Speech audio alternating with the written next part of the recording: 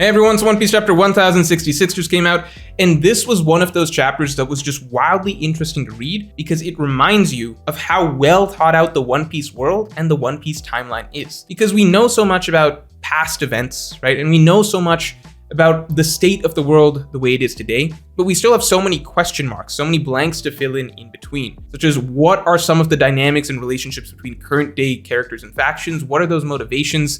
Why did certain motivations develop? In this chapter, we got a lot of that filled in a way that makes so much sense. Of course, the Ohara incident was the trigger for Dragon forming the Revolutionary Army. Of course, Dragon and Vegapunk know each other, and of course, Vegapunk does turn out to be a similarly minded individual to Dragon who's also chasing the same goal, but just from a different direction, and he's using technology and the resources of the world government to do it. Just so many things seem to click and fit here in a way that always would have made sense to us, but it's just nice to see that being shown and those gaps being filled in. There is one aspect of this chapter before I go any further that I do want to be upfront about, me not enjoying, which is the fact that Saul is alive. That is something that I'm not going to elaborate on in this video, because this is something that is actually fairly important to me, and one of the things that I really enjoy about the series that I was a little disappointed to see here. I would rather save that for this Tuesday's video, which will be a much more fleshed out discussion, fully structured. I'll be able to get all of my thoughts out there exactly how I want to, as to why I don't personally, I don't enjoy the fact that Saul is alive. And it actually is something that is, the most I'll say here is basically something that is somewhat disappointing to me. Even though I like Saul as a character, I'm not complaining about Saul being alive because I don't like him as a character and I would rather kill him off.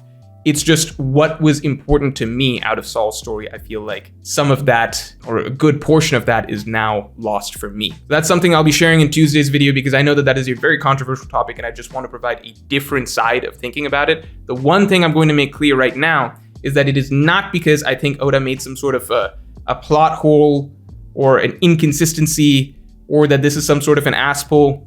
I'm not talking about it from the technical sense. I'm talking about it from a storytelling sense and kind of how Saul's story was crafted. I'm saving it for Tuesday's video. No more further discussion on that in here because the rest of the chapter was, I think, too good to be bogged down by something like that. Even just me getting to see Robin's reactions to Saul being alive, that is something I really, really enjoyed out of this chapter. It did feel good seeing Robin actually, we haven't seen this level of emotion out of Robin in some time. We've seen anger, right, in Wano. We've seen things like that. We've seen anger when the Seraphim attacked Nami just a chapter ago.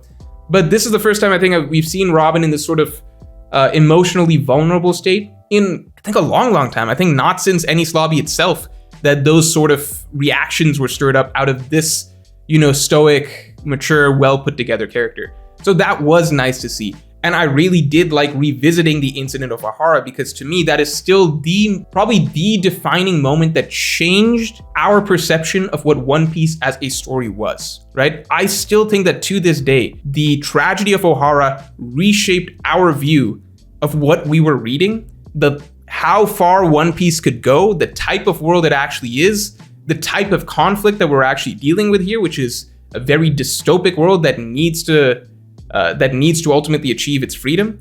So I still think to this date, Ohara was the most important moment in terms of the most important flashback or the most important event that we could have learned about to shift our understanding of the One Piece story, which is why it's so fitting that it's also in story itself the most important trigger that led to the formation of things like the Revolutionary Army. So I like that Oda is still putting this incident of Ohara in a sort of a light, that it was a trigger, a catalyst for a lot of change, both in story and I guess out of story for the reader. So I don't know, the Ohara incident is still just something that I appreciate revisiting and getting a new context on it, in that, you can go back and reread the Ohara incident and see the scholars trying to save the books and everything like that. It's cool to come back and see that those books, the efforts of the scholars in their dying moments, did not go to waste. And most of those books were in fact preserved and saved, and they're waiting for us in the next island over, most likely at Elbaf, which is, I think, an amazing segue to the next portion of the story, because it seems like we're gonna get some big lore reveals right now, then some bigger lore reveals in Elbaf, where all of those books and everything are waiting, because I don't think Vegapunk's gonna share everything right now on this island, obviously, otherwise those books would be probably a bit redundant, but we're getting lore reveals there, and then finally the next island over, we get all the big reveals with Laugh Tale. So we're set up on quite a train of information, I think, from this to the next arc, to of course the Laugh Tale arc. Sticking on this arc, well, I guess I should say one last thing about young Dragon, which is he did not look like I expected him to look. He looked...